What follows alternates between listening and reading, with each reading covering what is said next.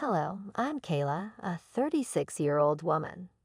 The past few months have been really tough for me, and I'm having to relearn a lot of things. My husband, Tom, caused a lot of the trouble I'm in, but a kind person stepped in and helped me avoid even more pain. First, let me tell you about the people in my story. The first person is my sister, Maya. She's 6 years younger than me and very pretty. Growing up, we didn't get along because I was a nerd and she was popular. She always picked on me and seemed jealous for some reason. My mom tried to help us get along, but it didn't really work. When I went to college, we didn't talk much. But after I graduated and she was a teenager, we started talking again. Our relationship got a little better, but we never got really close. That was the best we could do, and I was okay with that. Next, let me tell you about my ex-husband, Tom. We met at work and got along really well. We dated for about 3 years before getting married. We worked hard and bought our first house together. I earned more money, so the mortgage and deed were in my name. After 2 years of marriage, Tom asked me about having children. Honey, I was wondering about something, and I need you to think about this with an open mind. All right, what is it? I've been thinking that we've been together for a while now, and maybe we could start a family of our own. You know how I feel about that. I know, but we have the money for it, and it would be really cute to have little versions of us running around. Don't you think? Yeah, the kids are a lot of work and responsibility. We're the most hardworking and responsible people we know. Come on, give it some thought. Okay, I promise I'll help take care of them. Just keep that in mind, okay? Even though I wasn't keen on having kids, I gave in because Tom kept bringing it up. First, we had a son, and 3 years later, we had a daughter. Initially, Tom was very helpful, but that quickly changed. Suddenly, I was responsible for everything at home, including the kids. After our first child, Tom insisted I stop working because he had gotten a promotion and was earning more than me. I tried to resist, but eventually I decided it wasn't worth the fight and accepted my new role. To avoid getting bored at home, I took up a new hobby, hosting dinners. I often invited my mom and sister, who lived nearby, and my mother-in-law, Megan, whenever she was in town. Eventually, I started to feel comfortable in my new life. I got to spend a lot of time with my family, and that made me happy. Tom and I were doing okay. I had gone through some trauma after giving birth to our second child, where I almost died, which affected our relationship. I didn't think anything else was wrong, but oh, how wrong I was. As I was cleaning my room, I found a pair of panties that definitely weren't mine. My heart sank as I stared at them, wondering if I wasn't enough for my husband. I had been feeling different lately, but I had just had our second child. It hadn't been over a year since then, and I was still recovering. I had been going to therapy, making slow progress, but it didn't seem enough because Tom was cheating on me. Once the shock wore off, I was filled with anger and betrayal. I needed to know who my husband was cheating on me with and why. First, I sent Tom a picture of the underwear and asked him who they were. Then I checked his laptop. I logged into his social media accounts and went through his chats. At first, I didn't see any unknown women, which confused me more. I looked through his messages, but found nothing.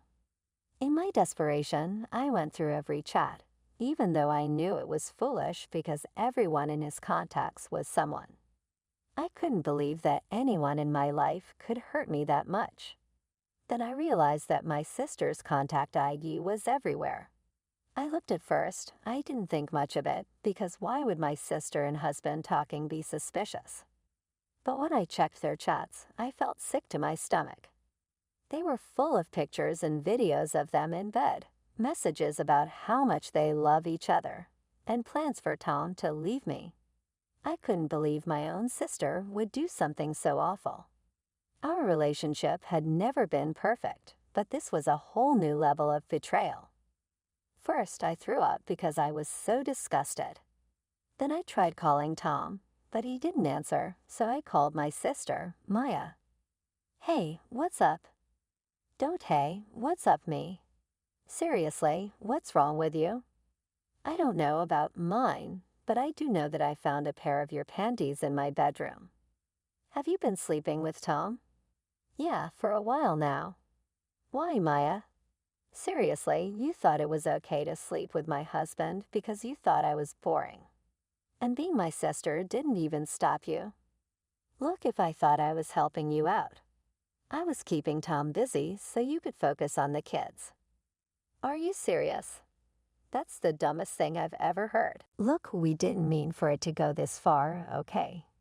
I only did it because he kept hitting on me, and he's a nice guy.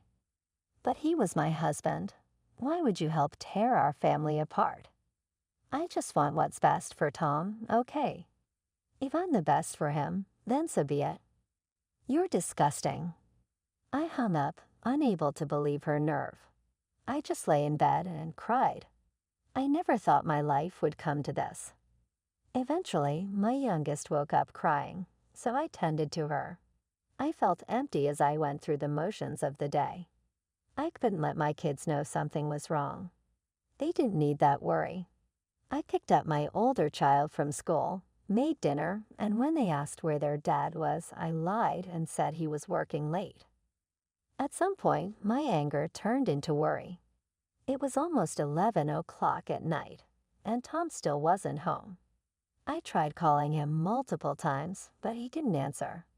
I even tried calling my sister to see if he was there, but she didn't pick up either. Exhausted from the day, I went to bed, hoping it was all just a bad dream. The next morning, I woke up feeling like something was wrong. I looked around and realized Tom's things were gone from the room. I checked the cupboards and drawers, and most of his stuff was gone from the house too. He had left while I was asleep without saying a word. I couldn't believe it. He just left me without even trying to talk.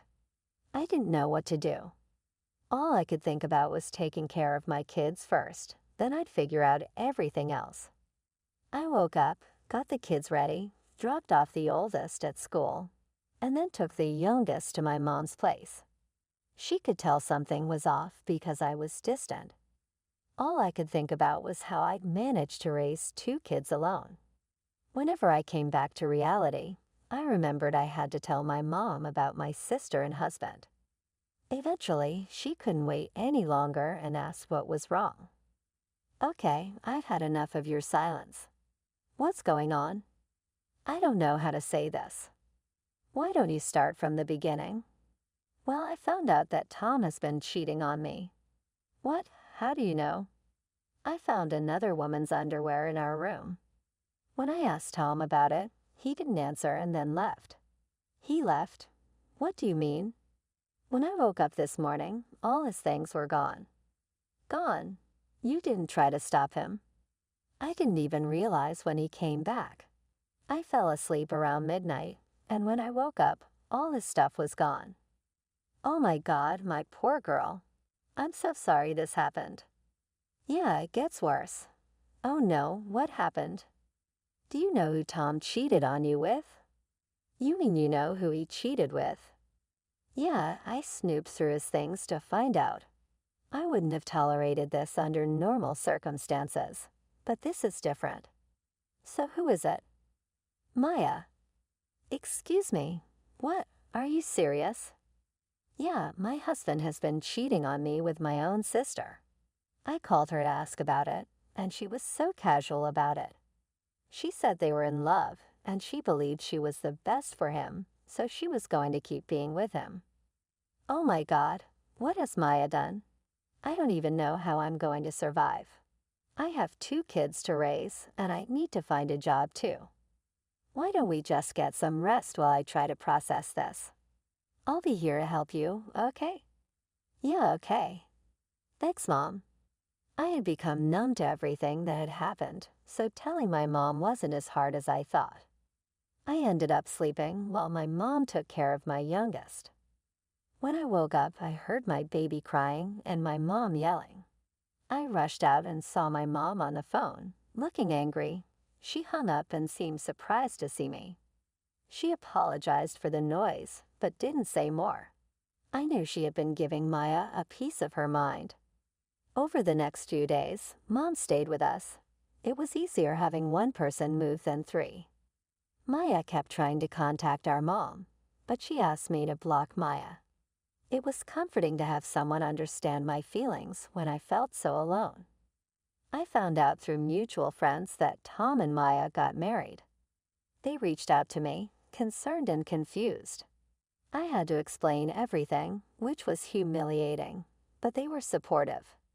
They all blocked Tom and Maya and refused to associate with them. But I found out they got married the day after Tom left us. It hurt to know, but I shouldn't have expected anything different from them. When I told my mom, she was furious. You should know my mom is usually calm, so seeing her so angry with my sister was surprising. It was great to have her financial support. She wasn't obligated to help, but she did her best for us. She even helped me get job interviews because I wanted to contribute now that Tom wasn't there to stop me. Taking care of the kids was manageable, but when they asked about Tom, I had to hold back tears. Still, we got through it. A week later, I got a letter from Tom. I didn't want anything to do with it. I figured it was some apology, but I was done with him. A week was too long to try to fix things, especially after he ran away from his family. So I did the next best thing I could think of. I burned the letter. But afterward, I couldn't help but be curious about what it said. Sometimes I wished I had read it before burning it, but then I reminded myself that nothing he could have said would change how I felt about him and what he did. The next day, my mom and I took the kids to the fair. We had a blast, and it was nice to be in a lively place after everything. I finally got to have fun and laugh, which felt great after such a tough time. That night, my mom and I relaxed with a bottle of wine, and I told her about the letter. So, something came in the mail for me last night. Oh, what was it? It was a letter from Tom. What did it say? I don't know. What do you mean? You opened it, right? No, I didn't want to deal with anything he had to say, so I burned it. You burned it. Cow, what if they were official divorce papers? The envelope didn't look legal at all. I'm sure it wasn't that. Well, if you're sure, what do you think was in it? I don't know. Maybe a weak apology or a request for his stuff back. I wouldn't be surprised. But how are you feeling about all of this now? Well, today was a good day. It's tough, especially when the kids keep asking where their dad is. What do I even tell them? It's slowly getting better, but only a little. As long as it's improving, I'm always here for you. And just so you know, I'm planning to cut ties with your sister. Everything I have will go to you and the kids. Oh, Mom, that means a lot, but are you sure? Maya is still your daughter. I know you and Maya had your differences, but what she did is unforgivable. I raised both of you better than this, and Maya clearly didn't care. So she's no longer my daughter. I would have been upset if Mom changed her mind easily, but I knew Maya was still her child. I couldn't imagine how hard it must have been for Mom to make that decision because I could never do that to my kids. It made me even more grateful to have someone so supportive. Another 3 days passed, and I heard a knock on the door. It was strange because I wasn't expecting anyone, and besides my mom, who was at work, no one ever visited. I opened the door cautiously and saw 2 men in black suits. I only opened the door a little and asked who they were. They said they were lawyers and had something for me. They handed me a note and then a check. It was made out to me, and it was for $750,000. My jaw dropped.